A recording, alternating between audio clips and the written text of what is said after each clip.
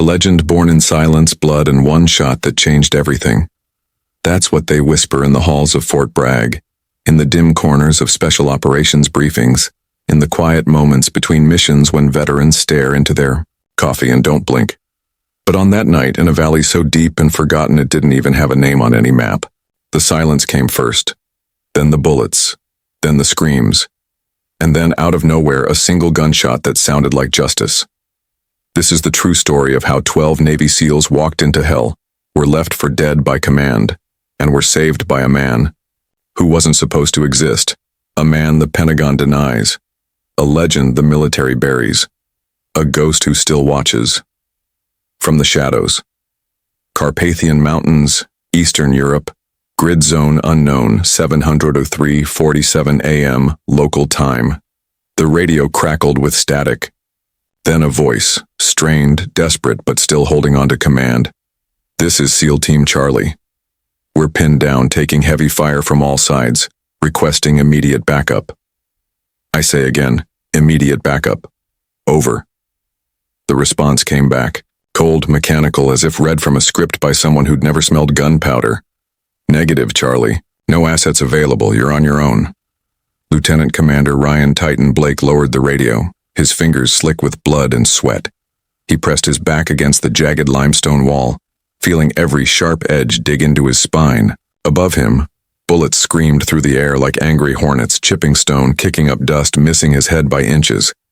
He was breathing hard, not from fear, from focus. His tactical vest was shredded. His left arm was bleeding from shrapnel wounds. 3 entry points, 1 deep gash near the bicep.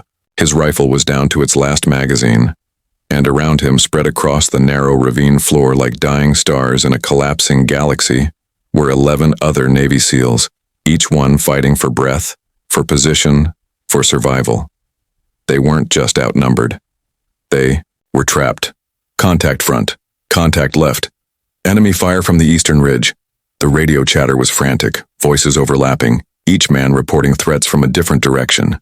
The canyon walls lit up with muzzle flashes, red, orange, white, like a twisted fireworks display in the dead of night.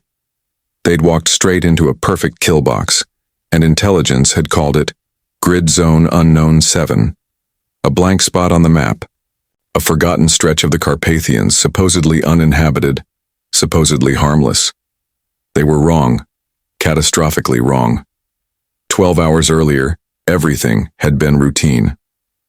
SEAL Team Charlie, 12 operators, hand-picked, battle-tested, elite, had been briefed at a secure NATO outpost in Romania. The mission, a low-risk reconnaissance op in a remote region of the Carpathians. Satellite imagery had picked up unusual heat signatures, movement, power sources, structures, where none should exist. Coordinates that didn't appear on any official map. No known settlements. No recorded activity in over 70 years. Just silence. But someone was there, and they were building something. Blake, as team leader, had studied the intel. Something felt off. The terrain was too rugged for casual habitation. The valley was surrounded by sheer cliffs accessible only by helicopter or a near-suicidal climb. No roads, no supply lines. So why were there thermal clusters? Why were there radio frequencies bouncing off the mountain walls? Command had brushed it off. Probably smugglers, maybe a rogue militia. In and out in 48 hours. No engagement unless fired upon. Blake had nodded, but his gut said otherwise. Still, orders were orders. They inserted at 400 hours, fast-roped from a stealth-modified MH-60 Black Hawk, engines muffled, lights off, flying under radar. The drop was clean. The team dispersed, silent, scanning, the darkness with night vision. For the first 90 minutes, it was textbook. Then they found the first body, not human. A drone, military-grade Russian design, crashed into the trees. Wires exposed, still warm. Then another. And another. Then the cameras, hidden in rock crevices, tiny, almost invisible. Wired to a central hub. Someone was watching. Blake signaled the team to halt. He switched to encrypted comms. Charlie Actual, To Mountain Command. We have visual confirmation of advanced surveillance equipment. This is not a militia.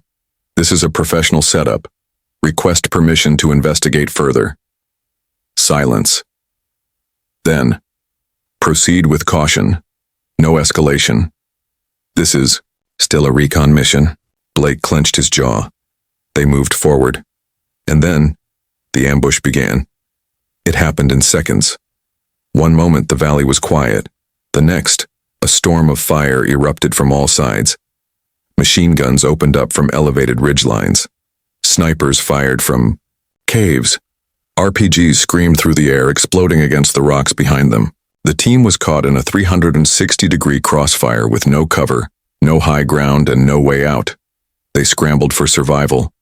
Blake rolled behind a boulder, firing short bursts to suppress an enemy position 80 meters away. Foster, Sergeant First, Class Angela Wraith Foster, their designated marksman, was 25 meters to his left, already engaging targets on the northern cliff. "I count at least 52 hostiles," she reported, voice tight. "Maybe more.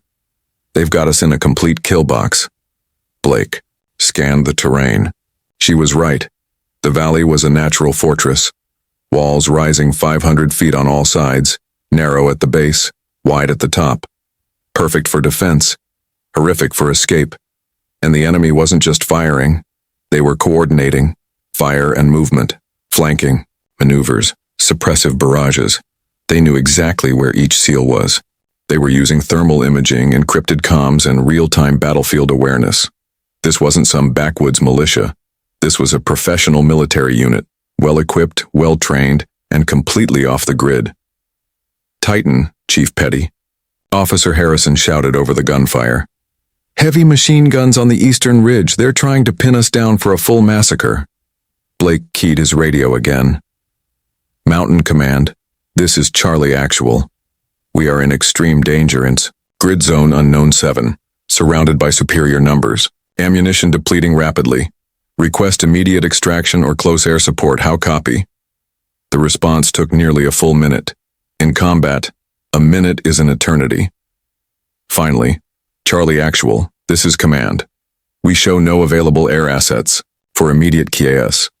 Army aviation is 70 minutes out due to terrain difficulties. Can you hold your current position?" Blake almost laughed. Minutes? They wouldn't last 15. At their current rate of fire, they'd be out of ammo in under 10, and the enemy wasn't slowing down. "Negative, Command," Blake said, voice cold. "We need immediate assistance now, or you're going to be explaining 12 KIA to families back home." He didn't wait for a reply. He ducked as another burst of fire ripped overhead. They were on their own. The situation was deteriorating fast. Blake's men were wounded. Petty Officer Davis had taken a round to the leg. Chen was bleeding from a head wound. Foster's rifle was overheating. They were down to 1 magazine per man, and the enemy was advancing. Then, a new sound cut through the chaos. Not automatic fire, not an explosion, but a single sharp crack. Clean, precise, authoritative. One of the enemy machine gun nests on the eastern ridge went dark. No more fire, no more movement, just silence. "What the hell was that?" Foster yelled, adjusting her scope. "Sniper?" Before anyone could answer, another crack. A second enemy position fell, then a third. Blake grabbed his high-powered binoculars, scanning the cliffs. Nothing. No movement. No muzzle flash. No sign of anyone. But someone was up there. "Anyone have visual on friendly forces?" Blake asked. "Negative," came the chorus. "We're isolated down here." But they weren't. The shots kept coming, one every 3 to 5 seconds, each one a confirmed kill. No misses, no hesitation. Just death. Delivered with surgical precision. "Holy Christ," Davis whispered. "Whoever that is, he hasn't missed a single shot." The enemy began to panic. Shouts in Russian, Ukrainian, Serbian, commands being shouted, positions shifting, and then Blake's radio crackled, not with command, not with a teammate, but with a new voice, calm, controlled, and dripping with quiet authority. "SEAL Team Charlie, this is Ghost 6. Maintain your defensive positions. Allow me to work. Blake froze. Ghost 6, this is Charlie Actual. Identify yourself. Unit designation. Mission authority. A pause. Then, no official unit, Charlie. Just an interested observer who strongly disapproves of seeing American servicemen get shot by foreign operatives. Another crack. Another kill. I count 44 hostiles remaining, the voice continued. They're attempting a coordinated flanking maneuver on your southwest approach. Recommend repositioning 4 men immediately. Blake didn't hesitate. Foster, Davis, Chen, Williams, southwest defensive positions. Move now. As they shifted, the sniper's fire shifted with them, covering their movement, eliminating threats before they could fire. It was like having a guardian angel with a rifle. Ghost 6, Blake said. What's your position? How did you know about our mission? Observed your insertion at 0400. Have been monitoring your movement and intercepting enemy comms. When you walked into this ambush, I determined you'd need support. Are you active military? Long pause. Distant gunfire. I was. Different branch. Different theaters. Blake's mind raced. Who was this man? How did he get here? Why was he helping?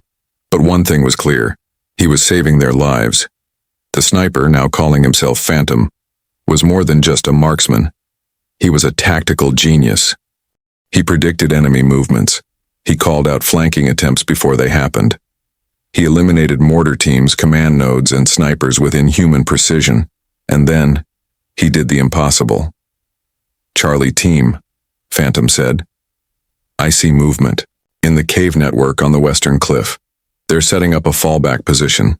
Blake confirmed it through his scope. That's going to be a problem. Not for long. Then, shots began to ricochet. Phantom fired at angles, using the limestone walls to bounce bullets into caves, hitting enemies around corners in hidden chambers, in places no direct shot could reach. How are you doing that? Foster shouted. Advanced ballistics, came the calm reply. Environmental physics. 25 years of field experience. The enemy force was collapsing, from 52 fighters to 28, then 18, then 12. And those final 12, cornered, desperate, suicidal, were massing for a final charge. Charlie Actual, warning, Phantom said. They're preparing a frontal assault. You'll have to handle this one yourselves. Blake checked his ammo. 1 magazine left, same for the others. The enemy charged, screaming, firing, running through the bodies of their fallen. Blake and his men held fire until they were 35 meters out, then opened up. Bullets tore through flesh. Men fell, but more kept coming. Harrison's rifle clicked empty. Reloading, he shouted. Covering. Foster shifted to protect him. Then, Phantom's voice cut through. Charlie team, drop flat. Execute now. They didn't hesitate. Every SEAL hit the ground, and from above a series of rapid, precise shots. The remaining enemy fighters were picked off mid-charge. Bullets threading the gap between the prone SEALs with impossible accuracy. Then, silence. Complete. Total. Unbelievable. Blake raised his head. No movement. No fire. No threat. Charlie team. Sound off. One by one they responded. All alive. Phantom. This is Charlie Actual. Tactical situation secure. What's your status? No reply. Phantom. Respond. Silence. Blake scanned the cliffs with his binoculars. Nothing. No sign of movement. No spent casings, no footprints, no trace. Foster shook her head. Never saw him. But whoever he was, he saved us. Extraction arrived 48 minutes later. 3 Blackhawks, escorted by Apaches. The Marines who landed were stunned. Grateful. SEALs, 52 dead hostiles. No friendly casualties and no explanation. At debrief, Blake reported everything. Command didn't believe him. You're telling me an unidentified sniper eliminated 52 hostiles, coordinated with your team, then vanished? Without a trace? Yes, sir. Officially, you did it yourselves. No mention of this Phantom in any report. But Blake couldn't let it go. That night, he returned to the valley with a recon team. On a ledge 500 feet up, they found it, a single .338 Lapua Magnum casing, military grade, match grade, and next to it carved into the limestone with a combat knife. The only easy day was yesterday. Navy SEAL motto. 10 months later. Blake was speaking at a special operations symposium in Virginia. During the reception, an older man approached. 60s, weathered face, gray beard, military bearing. Lieutenant Commander Blake. Yes, sir. I attended your presentation. The Carpathian engagement, very impressive. Blake studied him. Something in the voice. The posture, the eyes, were you there? The man smiled slightly. I might have been in the area. Recognition hit Blake like a bullet. Phantom. The man didn't confirm. Didn't deny. Just said, you were doing your duty, I was doing mine. Then walking away. Ensuring good sailors make it home safely. He vanished into the crowd. Later, the bartender handed Blake a small wooden box. Inside, a Navy SEAL challenge coin. On one side, the trident. On the other, 12 hand-engraved stars. One for each man who came home. They call it Guardian Valley now, not in official records, but in whispers, in stories told in barracks and briefing rooms, a place where 12 SEALs were saved by a ghost. A warrior who never retired, who still watches, who still fights. And sometimes, when a team is surrounded, outnumbered and alone, a calm voice cuts through the radio. Maintain your positions. Allow me to work. Because some heroes don't wear uniforms. They don't seek medals.